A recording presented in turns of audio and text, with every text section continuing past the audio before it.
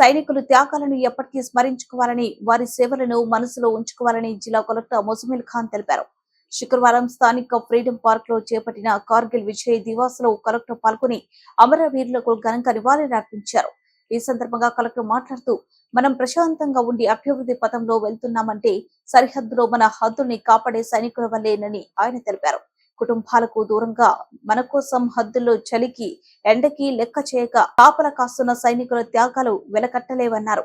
భారతదేశ సరిహద్దులో 25 సంవత్సరాల క్రితం మన సైన్యం అధికారుల జవాన్లు ప్రాణాలకు తెగించి పోరాడి ప్రాణాలు సైతం పోగొట్టుకుని దేశానికి కార్గిల్ యుద్ధ విజయాన్ని అందించారని కార్గిల్ విజయ్ దివాస్ ఈ జూలై 26తో రజోత్సవం జరుపుకుంటుందని ఆయన అన్నారు. మాజీ సైనికుల కుటుంబాలకు ప్రభుత్వం అండగా ఉంటుందని కలెక్టర్ అన్నారు.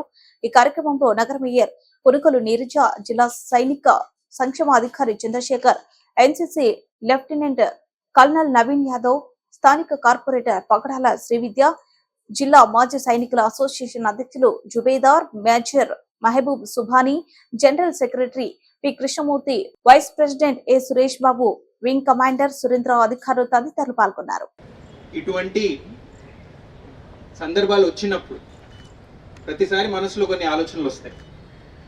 మొట్టమొదటిది, ఇప్పుడు మనం మర్చిపోతున్నాం, దేశం చాలా ఎదిగింది, దాదాపు 75 సంవత్సరాల పైన అయింది.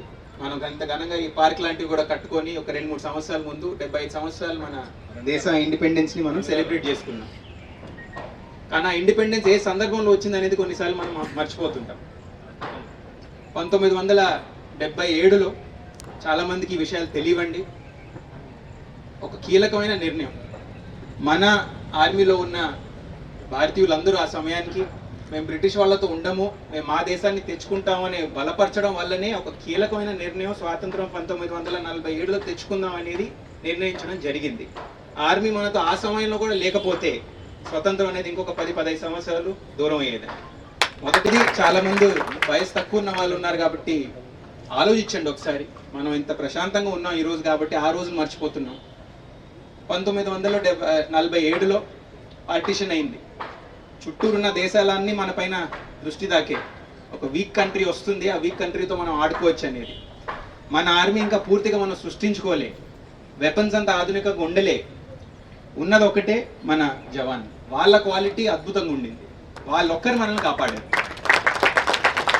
ఆ సమయంలో హద్దులపై నుంచొని ఇది మా హద్దు, ఇది మా దేశం అని చెప్పకపోతే దేశం ఏంటి, స్వాతంత్రం ఏంటి? ఇది మనం మనసులో ప్రతిసారి పెట్టుకోవాలండి. వాళ్ళు అప్పుడు చేసిన త్యాగాల్ని, వాళ్ళు అర్పించిన సేవల్ని ఎప్పుడు మనం మర్చిపోకుండా మనసులో పెట్టుకోవాలనే మాట మనం అందరూ వయసులో తక్కువ ఉన్న మనసులో పెట్టుకొని ముందుకు నడవాలి. ఇప్పుడు అప్పటి పరిస్థితి అలా ఉంటే ఇప్పటి పరిస్థితి ఏంటి గమనించండి.